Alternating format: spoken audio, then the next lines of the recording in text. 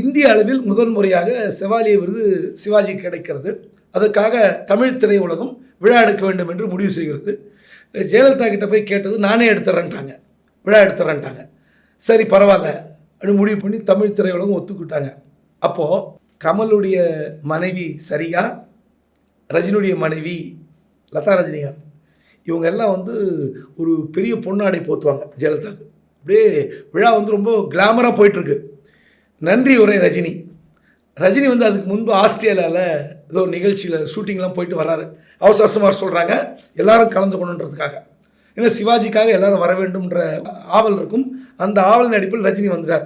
அவர் சிறப்புரை பேசணும்னா இல்லை, நன்றி உரைங்கிறார், கடைசியாக பேசணுன்றார். மிக பிரம்மாண்டமான விழா.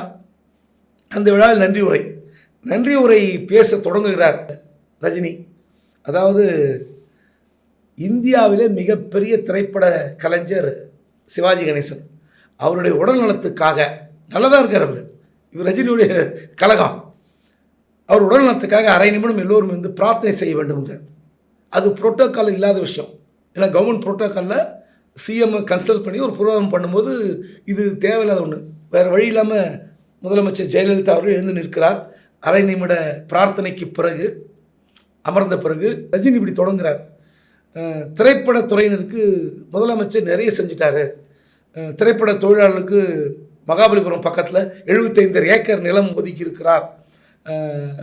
அப்புறம் நீங்கள் தொடர்ச்சியாக அவருக்கு கோரிக்கை வைக்காதீர்கள், திரைப்படம் சம்பந்தமாக திரைத்துறை தொழிலாளர்கள் கோரிக்கை வைக்காதீங்கன்னு சொல்லிட்டு ரஜினி சொல்கிறாரு, நான் ரொம்ப டென்ஷனாக இருக்கேன்,